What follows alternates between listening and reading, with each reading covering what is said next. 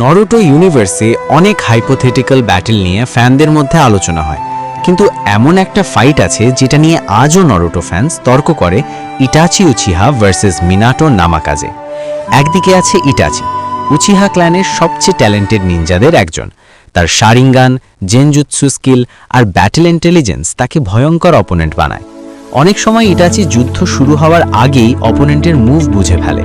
তার তসুকুয়োমি এমন একটা জেনজুৎসু যেখানে এনিমি কয়েক সেকেন্ডের মধ্যে পুরোপুরি ডিফিট হয়ে যেতে পারে।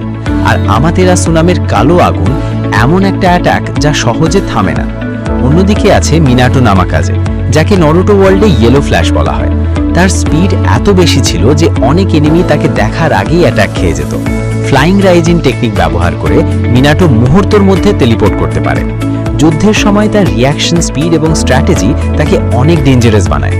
এখন যদি এই দুইজনের মধ্যে ফাইট শুরু হয় তাহলে ব্যাটেলটা খুব ইন্টারেস্টিং হতে পারে। মিনাটোর সবচেয়ে বড় অ্যাডভান্টেজ হবে তার স্পিড। সে মুহূর্তের মধ্যে পজিশন চেঞ্জ করতে পারে, তাই তাকে হিট করা খুব কঠিন।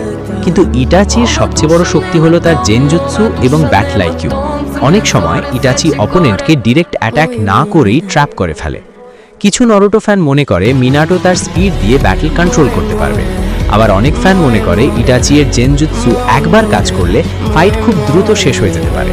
তাই আসল প্রশ্নটা এখন তোমাদের জন্য, যদি নারুটো ইউনিভার্সে ইটাচি উচিহা আর মিনাটো নামাকাজের মধ্যে ফাইট হতো তাহলে তোমার মতে কে জিততো, ইটাচি নাকি মিনাটো? কমেন্টে তোমার ওপিনিয়ন লিখে জানাও।